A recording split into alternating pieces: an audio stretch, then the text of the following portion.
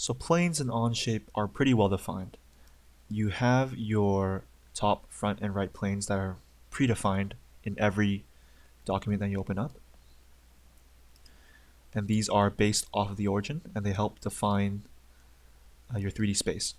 So this way, when you make any type of sketch in any one of these basic planes that you choose, you'll be able to extrude it in every direction. All right. Onshape doesn't actually limit you to that, however. You can actually create planes off of the faces of parts. You see I have the face selected here. Or you can actually make your own custom plane with the plane icon up here. So let's try the plane. Plane icon is how you begin, right? You'll need an entity to select. The default plane option is your offset plane. And it's pretty simple. All you do is click an existing plane or face, right?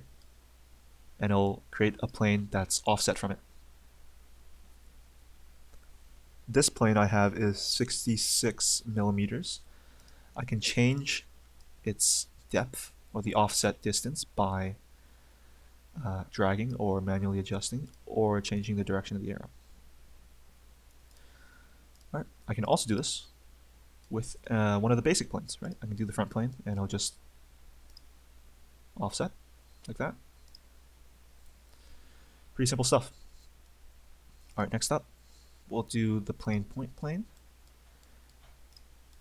This one requires you to have two prerequisites. You'll need a plane, so I'll click the front of this face, and you'll need a point. So I'll click the midpoint here.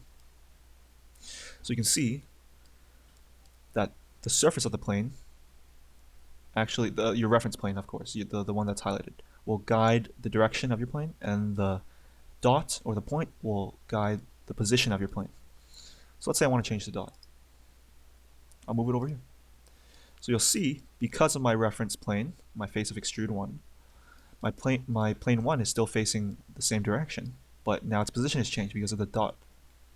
The position of the point has changed, right? I can do it for every one of these sides, and you'll see the effect that it has. All right. Next up, line angle plane.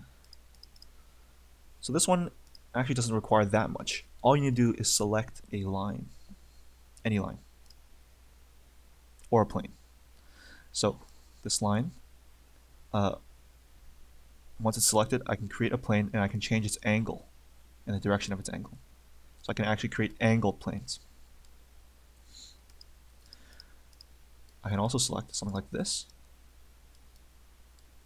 Oh, sorry, never mind. You can't select a plane. You'll need to select a specific line. All right. We won't be covering point normal or curve point planes, but we will be covering 3-point planes. So as the name suggests, for this plane you'll need 3 points. So let's just try these 3. I'll create a plane like this, right, based off of the 3 points you've defined. Any 3 points will do. You'll see. I can even define the points as being in different depths, so I can create this sort of angled slanted plane since this point is not on the same face that these two other points are.